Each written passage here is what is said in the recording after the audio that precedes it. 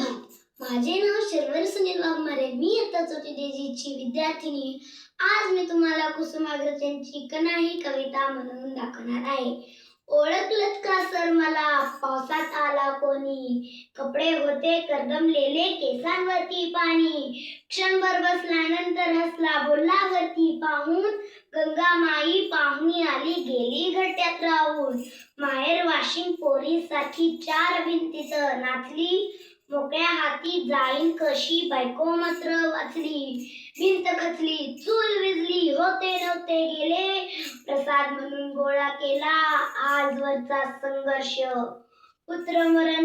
पुत्रमरण पावला, कंबरडे मोडले, पण फक्त लढमना ही जिद्द मी सोडली नाही. पायाखालची जमीन नाही, पण आभाळ अजूनही डोक्यावर आहे.